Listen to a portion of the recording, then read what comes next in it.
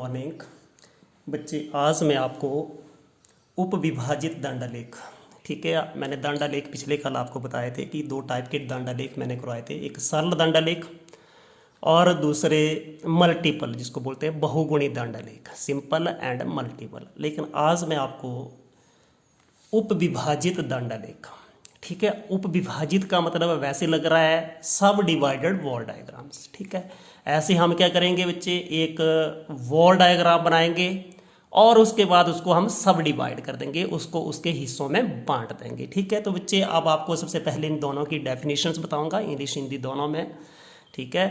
तो उपविभाजित दंडालेख वे आलेख होते हैं जिसमें किसी तथ्य के कुल मूल्य, कोई भी तथ्य है, कोई भी आंकड़े हैं, उसके कुल मूल्य तथा उपविभाजित को प्रस्तुत करता है, ठीक है। उसका जो भी उपविभाजन होगा उसको आप विभाजित करेंगे, उसको प्रस्तुत करता है। इस प्रकार के दंड में जब भी इस प्रकार का आप दंड बनाते हैं तो आप सबसे पहले क्या करेंगे बच्चे, कुल मूल्य का दंड बनाएंगे, ठीक है, टोटल वैल्यू का दंड बनाएंगे और उसका उपविभाजन कर दिया जाता है, ठीक है। तो उपविभाजित दंडालेख वे आलेख हैं जिसमें जो किसी तथ्य के कुल मूल्य तथा उसके उपविभाजन को प्रस्तुत करता है और इसके अंदर हम कुल मूल्य का दंड बना करके उसका उपविभाजन कर देते हैं, ठीक है। मैं अभी आपको डायग्राम से भी बताऊंगा कि कैसे कैसे होता है, ठीक है। सब डिवाइडेड वॉल चार्ट या sub divided wall diagram is use to represent data. ये भी हम इसका भी यूज कहाँ पे करते हैं, डाटा को रिप्रेजेंट करने के, आंकड़ों को रिप्रेजेंट करने के लिए। इन विच टोटल मैग्नीट्यूड, सबसे पहले जो टोटल मैग्नीट्यूड है that is divided into different component. जैसे बच्चे यहाँ पे देखिए,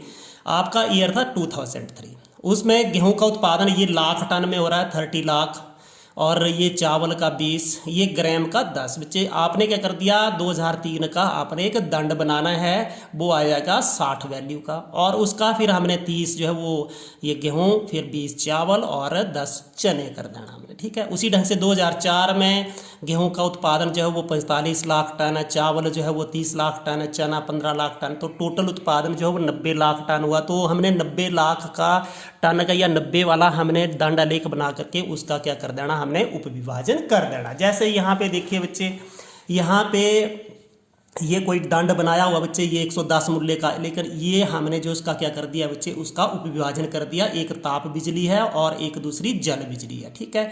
यहाँ पे जल बिजली कितनी थी, 46 थी, और ताप बिजली कितनी थी बच्चे, 64 थी। उसका उपविभाजन कर दिया 2001-2 में। उसी ढंग से 2002-3 में भी आपने एक दंड बना लिया, 121 कुल वैल्यू का दंड बना करके उसका आपने क्या कर दिया, उपविभाजन कर दिया है।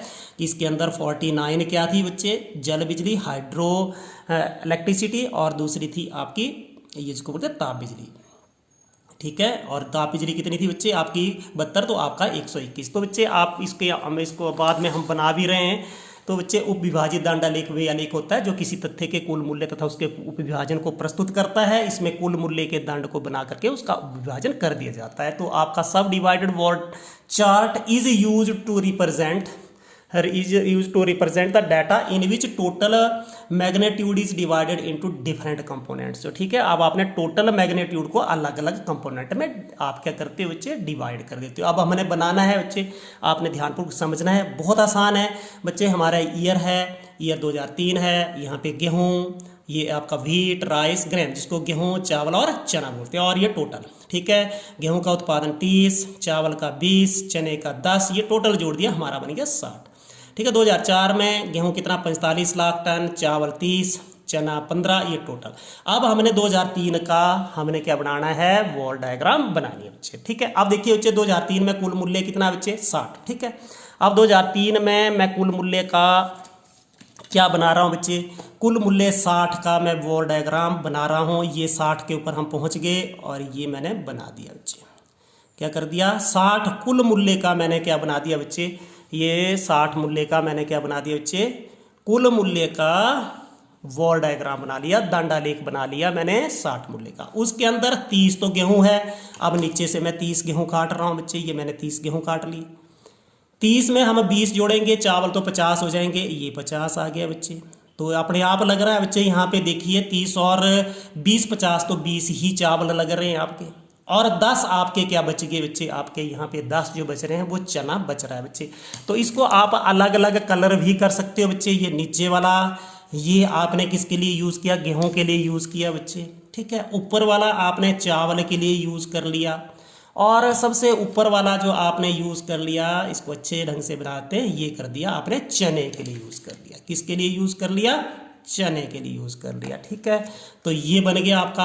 आपने क्या कर दिया बच्चे? कुल मूल्य का आपने एक दंडालेख बनाया, वॉल डायग्राम कर बनाया, और उसका उपविभाजन कर दिया, उसको सब डिवाइड कर दिया उसके मूल्य के अनुसार, ठीक है।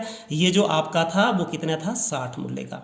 अब इसके अंदर देखना भी है आपने बच्चे, ये नीला नीला क्या बनाया आपने, फिर आपने लाल लाल वाला किसको रिप्रेजेंट कर रहा है, और हरा जो रंग है वो किसको रिप्रेजेंट कर रहा है, ये हम बाद में दिखाएंगे, ठीक है। अब देखिए बच्चे, दूसरा 2004 में हमारा कुल मूल्य कितना आ रहा है? 90, ठीक है। अब 2004 में हमने कुल मूल्य का दंड बनाना है। कुल मूल्य का दंड यानी कि कुल मूल्य का टोटल वैल्यू का हमने वॉल डायग्राम बनाना है। ये बन गया कुल मूल्य का वॉल डायग्राम, और वो कुल मूल्य कितना है आपका? 90। कितना है? 90 बना लिया। उसमें 45 व्हीट कितने हैं, गेहूं कितने हैं बच्चे? 45। अब 45 के ऊपर चलेंगे, 40 के ऊपर आधा ऊपर चले जाएंगे, क्योंकि 40 और 50 के बीच में ये बन गया आपका 45।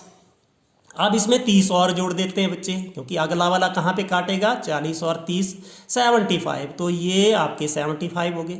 और आगे देखिए 75 के आगे कितने बचते हैं? 15 90, ये बन गए आपका कुल मूल्य का। आपने क्या कर दिया बच्चे? कुल मूल्य का आपने ये बना दिया वॉल डायग्राम, और उसका उपविभाजन कर दिया, ठीक है। तो उपविभाजित दंडालेख वे आलेख होते हैं जिसमें किसी तथ्य के कुल मूल्य तथा उसके उपविभाजन को प्रस्तुत करता है। A sub divided wall diagram एक चार्ट होता है use to represent data in which total magnitude, बच्चे ये total magnitude is divided into different components. एक कंपोनेंट, दूसरा कंपोनेंट, तीसरा कंपोनेंट। ये व्हीट, ये राइस और ये ग्रेन, गेहूं, चावल, और ये आपका गेहूं, चावल और चना, ठीक है। अब अगले में भी वैसे ही कलर भरेंगे, क्योंकि हमने नीचे क्या लिए है बच्चे? हमने सबसे नीचे लिए हैं गेहूं। क्या ले लिए हैं? गेहूं। आपने पूरा कलर कर देना है, ऐसे करके पूरा रंग भर देना है इसके अंदर। दूसरे वाला आपने कौन सा लिया हुआ बच्चे? चावल। दूसरे वाला क्या लिया हुआ आपने? चावल। और तीसरे वाला क्या लिया हुआ आपने? चना, ठीक है। तो यहाँ पे अब आपने लिख लेना है, ये जो आपने नीला नीला लिया है, ये जो नीले कलर का जो लिया है वो आपने लिया है गेहूं, व्हीट, ठीक है। ये क्या लिया बच्चे आपने? गेहूं।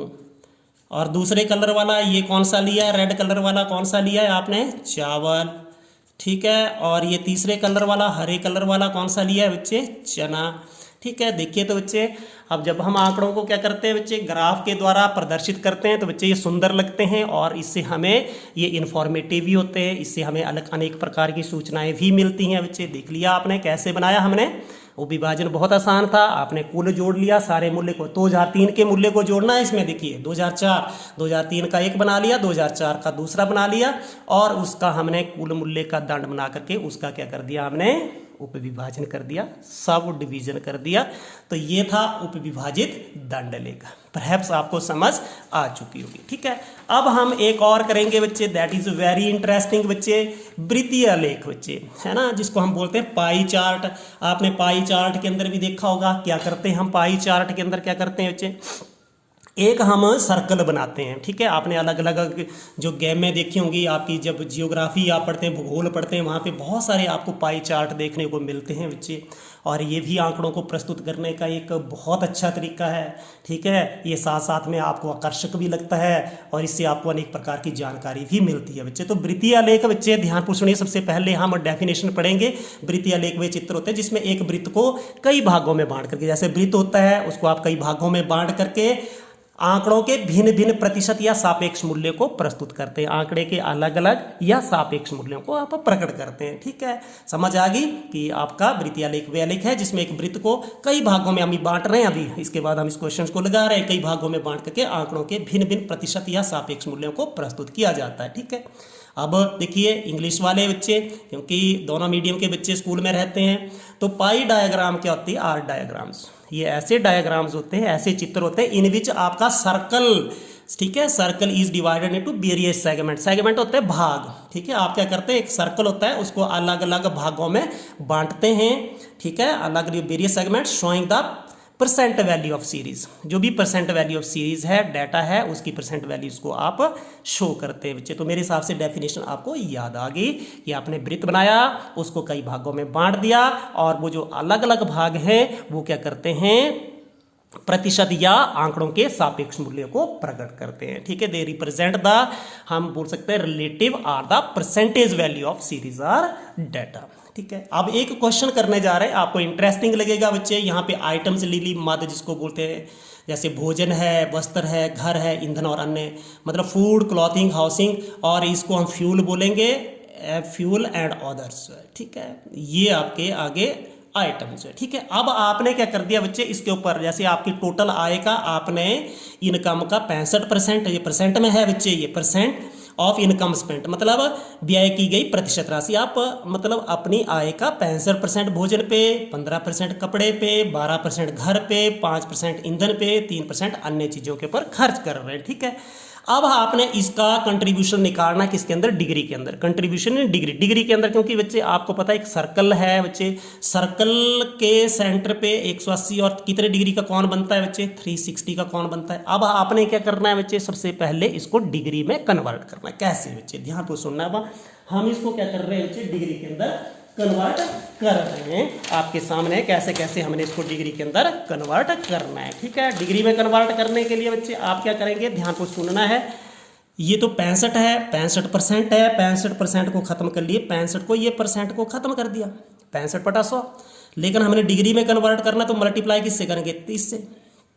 ठीक है, समझ आ गई बच्चे। अब ये जीरो नहीं काटना बच्चे, क्यों नहीं काटना, क्योंकि अब भाग जो है वो 10 से डिवीजन बड़ा आसान होता है बच्चे। अब आपने 65 को 36 से मल्टीप्लाई करेंगे तो बच्चे ये आएगा, कितना आएगा, ये हम इधर इसको हम काट भी सकते हैं, 5 10 और ये 13 5 65, 2 और ये 18 2 36, ये 18 3 54, ये 5 18 को 18 और 5 23, ये आपका आ गया 234। तो आपने क्या किया बच्चे, ध्यान को सुनना है, जो भी आपका दिया है बटा 100 कर देना, और उसको 360, इसको आपने सिंप्लीफाई करना है, इसको आपने ब्रीको कर देना। ठीक है, दूसरे कपड़ा देखिए बच्चे, अब आपने क्या कर दिया बच्चे, 15 बटा कितना कर दिया, वैसे ही 100 गुणा कितना कर दिया बच्चे, 360, ये काट लिए बच्चे। ठीक है, और ये 5 3 15, 5 10, 2 और ये 18, तो ये कितने हो गया, 18 3 54। ठीक है, डिग्री। फिर अगले वाला देखिए बच्चे, ये 12 बटा, क्योंकि हमने परसेंटेज को खत्म किया 100, और इसको हमने डिग्री में कन्वर्ट करना है 360, तो बच्चे जीरो से तो जीरो कट गए बच्चे। ठीक है, अब आपने इसको देखिए, और हमने वो नहीं करना है, तो बच्चे जब भी हम क्या करेंगे, 12 गुणा 36 करेंगे तो ये आएगा 432/10, तो ये दशमलव में कन्वर्ट करेंगे तो 43.2 डिग्री आ जाएगा। ठीक है, अब अगले वाला 5/100, ये हमने परसेंट खत्म किया, गुणा 360, ये कर दिया, ये 5 दूने 10, 2 और 18 36, तो ये कितने आगे, 18 डिग्री। ठीक है, अगले वाला 3/100, हमने परसेंट खत्म की, अब हमने इसको डिग्री में कन्वर्ट करना है, ये आ गया। ठीक है, अब हम इसको वैसे कुछ नहीं करना है, तो ये कितने हो गया, ये 36 गुणा 3 कितना आता है, 108, 6 3 18, 3 3 9 10/10, ये देखो 10 वाले डिवीजन बड़ा आसान होता है, यहाँ पे कितना हो जाएगा, 10.8 हो जाएगा, कितना हो जाएगा, 10.8। बच्चे जब भी आपने इसको जोड़ना है, मैं इधर थोड़ा सा अलग करके लिख रहा हूँ बच्चे, ये आगे पीछे हो गया, ये आपका था 234 डिग्री, अगले वाला 54 डिग्री, अगला 43.2 डिग्री, अगले वाला 18 डिग्री, आगे जीरो लगा सकते हो हम अपनी मर्जी से, और अगले वाला 10.8। इसको जोड़ेंगे बच्चे तो 8 2 10, 4 4 8 3 11, 11 8, ये देखो 4 4 8 3 11, 11 ये आपका 8, और ये आपका 234 थे, 54 और 43.2 18 और ये 18, तो जब भी आप बच्चे इसको जोड़ेंगे तो ये 360 आएगा। कितना आएगा बच्चे, 360 आएगा। ठीक है, कितना आएगा, 360 आएगा। ये तो आपका 8 और 10 तो हो चुके थे, 4 4 8 3 11, 11 और 8 कितना हो जाता था आपका 20। ठीक है, 2 5 3 8 2 10 4 14 15 और 1 16 और 2 1 3, 360 डिग्री बच्चे। ठीक है, ये आपका हो गया बच्चे, क्या हो गया आपका टोटल। यदि 360 नहीं आ रहा तो आपका गलत है ये। ठीक है, 360 नहीं आ रहा है तो आपका क्वेश्चन जो है आपका गलत है। अब बच्चे हमने इसको क्या करना है, हमने इसका बनाना है पाई चार्ट। अब आपने ध्यान तो सुनना है कैसे पाई चार्ट बन रहा है बच्चे। ठीक है, इसको हम बड़े आराम के साथ करने की कोशिश करेंगे, चाहे हमारे 5 मिनट लगेंगे, कोई बात नहीं है बच्चे। सबसे पहले आपने क्या करना है बच्चे, एक सर्कल खींच लेना है ऐसे करके। ठीक है, मैं आपके सामने एक सर्कल ड्रा कर रहा हूँ, किसी भी रेडियस का, किसी भी त्रिज्या का आपने क्या कर दिया बच्चे, एक सर्कल खींच लिया बच्चे। ठीक है, सर्कल खींच लिया आपने, फिर क्या करना है बच्चे, ये सर्कल आपके सामने दिख रहा होगा, ये सर्कल खींच लिया। अब बच्चे यहाँ पे आपने क्या कर लेना बच्चे, ध्यान को सुनिए, ये आपने क्या कर दिया, एक लाइन खींच ली है बच्चे। ठीक है, आई समझिए। तो पहले वाला एंगल कितना दिख रहा है बच्चे, 234। अब 234 डिग्री का एंगल तो बना नहीं सकते आप, ठीक है, क्योंकि हमारा डी जो बनाती है, हमारे पास जो प्रोटेक्टर होता है वो 180 डिग्री का कौन बनाता है। तो अब आपने इसको थोड़ा सा आगे ऐसे डॉटेड मिला लेना है। ये तो 180 डिग्री का एंगल बन गया। ये कितने का डिग्री का एंगल बन गया बच्चे, ये पूरे का पूरा कितने का एंगल बन गया, 180 का। अब 180 के आगे कितने हैं बच्चे, 234। 180 के आगे हैं 54। कितने आगे, 54। तो बच्चे अब आपने इसको, मैं उल्टा कर रहा हूं, अब आपने इसके ऊपर कितने डिग्री का एंगल बनाना है बच्चे, ये सेंटर में ले जाना है। हमने कहाँ पे ले जाना है, सेंटर में ले जाना है। और अब आपने स्केल कौन सा यूज करना है बच्चे, हमारी लाइन इस तरफ है तो अंदर वाली स्केल यूज करनी है। कौन सी स्केल यूज करनी है, अंदर वाली। देखो ये 0, 10, 20, 30, 40, 50 और हमारा 54 इधर बन गया। ठीक है, ये तो आपका बन गया कितने डिग्री का एंगल बन गया बच्चे, ये बन गया आपका 234 का। ठीक है, यहां तक हमने कर लिया बच्चे। अब देखना अगले वाला एंगल कितना है, 54 का है। इसके आगे, अब यहां तक हम पहुंच चुके हैं, इसके आगे कितने डिग्री का एंगल बनाना हमने, 54 का। ये 0 इधर मिलाना है और ये ढक दिया आपने। ठीक है, ये इसको आपने, और अब आपकी बच्चे लाइन इस तरफ है तो आपका अंदर वाला स्केल होगा 54, ये 40 और ये 54 मैंने बना दिया। ये एंगल जो आपका बन गया 54 डिग्री बन गया। ये तो आपने बच्चे छोटी छोटी क्लासों से भी समझते हो बच्चे कि कैसे करना है। और अगले वाला एंगल जो आपने बनाना है 43.2। अब हम कहाँ तक पहुँच चुके हैं बच्चे, यहाँ तक पहुँच चुके हैं। अब आपने क्या करना है, इसके आगे कितना, 43.2 डिग्री का एंगल बनाना है बच्चे। तो यहाँ पे मैं इसको ये कर रहा हूँ 43.2, तो ये 40 और ये आपका 43.2 बन गया, लगभग 43 ही होता है। इसको भी आपने मिला लिया बच्चे। ठीक है, ये आपने कर लिया। ठीक है, फिर भी मैं बताऊंगा आपको आगे। फिर आगे 18 डिग्री का, आगे कितने का करना है, 18 डिग्री का एंगल। देखिए बच्चे अगला कौन सा है, 18 डिग्री का है और 10.8। ये आपका 18 डिग्री का एंगल, ये आपका 18 डिग्री का एंगल मैं बना रहा हूँ बच्चे। ये बन गया आपका 18 डिग्री का, ये 20 से 2 कम 18। ये मैंने इसको भी मिला दिया। और अगले वाला जो लास्ट है वो 10.8 ही बचना चाहिए बच्चे, और ये 10.8 बच रहा है बच्चे। ठीक है, 10.8 बिल्कुल बच रहा है बच्चे। ठीक है, ये समझ आई बच्चे, नहीं आई। जैसे देखिए बच्चे, अब आपने यहाँ पे मैंने 54 डिग्री का एंगल बनाया। कैसे बनाया, आपने इसको थोड़ा सा ध्यान पूर्वक देखना है कैसे बन रहा है एंगल। बच्चे देखिए, लाइन आपकी इस तरफ है तो आपकी स्केल जो आपने ये वाला 0 है ये सेंटर पे ले जाना है, और इसको ये जो नीचे वाली लाइन से वो लाइन ढक देनी है। ये ढकने के बाद आपने क्या करना है, ये अंदर वाली स्केल देखिए दिख रही होगी शायद, 10, 20, 30, 40, ये 50 और ये बच्चे आपको 54 दिख रहे हैं। ठीक है, तो आपने अंदर वाली स्केल यूज करनी है। ये 54 दिख रहे हैं, ये 54 का बन गया, ये भी 54 का बन गया। ये आपका 18 डिग्री का है, ये अगले वाला क्या है, 10.8 डिग्री का है बच्चे। ठीक है, तो बच्चे आपके सामने एक सुंदर सा क्या दिख रहा है बच्चे, एक वृत्तीय आलेख पाई डायग्राम दिख रहा है। इसको आपने कलरिंग करनी है, फिर कलर पूरा भरना है आपने। ये जो कलर भर दिया, ये किसके लिए भर दिया मैंने, ये भोजन को, फूड को रिप्रेजेंट कर रहा है बच्चे। और अगले वाला यहाँ पे ये दूसरे वाला कलर जो है, दूसरे वाला ये मैंने कलर भर दिया। और ये जो कलर है, ये कलर किसको रिप्रेजेंट कर रहा है बच्चे, आपके वस्त्र को रिप्रेजेंट कर रहा है। ठीक है, अब तीसरे वाला बच्चे ये आपके घर को रिप्रेजेंट कर रहा है। ठीक है, अब अगले वाला एक कलर और यूज कर लेते हैं, ये ईंधन को रिप्रेजेंट कर रहा है। ठीक है, ईंधन को रिप्रेजेंट करने के बाद ये आपका अन्य को रिप्रेजेंट कर रहा है बच्चे। तो आपने देखा कि कैसा कैसा हो रहा है। ये आपने इसको बना भी सकते हो कि जो हरा कलर था यहाँ पे आपने डब्बू बना सकते हो कि ये हरा कलर किसको शो कर रहा है बच्चे, ये शो कर रहा है भोजन को। ठीक है, दूसरे वाला कलर रेड कलर था, ये रेड कलर का जो आप शो कर रहा है, किसको शो कर रहा है बच्चे, वस्त्र को शो कर रहा है, ठीक है। तीसरे वाला कलर जो है आपका हाउसिंग वाला जो कलर है वो ब्लू कलर का हमने यूज़ किया है, ये किसको शो कर रहा है बच्चे, हाउसिंग को या घर को शो कर रहा है, ठीक है। और अगले वाला कलर ये आपका ये वाला कलर है, ठीक है, और ये किसको शो कर रहा है, ईंधन को, फ्यूल को, ठीक है। और अन्य को जो शो कर रहा है ये वाला कलर जो है, ठीक है, ये अन्य, ठीक है। तो बच्चे अब आपने क्या करना है बच्चे, ये ध्यान को सुनना है, एंगल्स आप बना लेंगे। आपने क्या करना है, ये इसके अंदर जो भी आपका परसेंट में दिया होता है, परसेंट को खत्म करने के लिए आप क्या करते हैं, उसको 100 से डिवाइड करते हैं। किससे डिवाइड करते हैं, 100 से। फिर उसको आपने डिग्री में कन्वर्ट करना है, 360 से मल्टीप्लाई करना है। जो भी आपकी वैल्यूज आती जाएगी उसको ऐड करने पे 360 आना चाहिए। यदि 360 नहीं आता है, क्योंकि सर्कल के सेंटर के ऊपर कितने डिग्री का कोण बनता है, 360 का, ठीक है। अब ध्यान पे सुनना बच्चे, यहाँ पे मैं थोड़ा सा और बताने की कोशिश कर रहा हूँ। जैसे मान लीजिए आपकी ये लाइन है, यहाँ पे ये लाइन है और इसके ऊपर कोई एंगल बनाना है, तो आपने इस तरफ आपकी लाइन है तो अंदर वाली स्केल आपने प्रोटेक्टर की या डी की आपने अंदर वाली वो यूज करनी है। कौन सी यूज करनी है, अंदर वाली स्केल यूज करनी है। आपने इसको रोटेट करते जाना, अगला एंगल आपने फर्दर बनाते जाना है, ठीक है। परहैप्स आपको समझ आ गई होगी, ठीक है। यदि आपको वीडियो अच्छा लगा तो like share and subscribe. Thank you.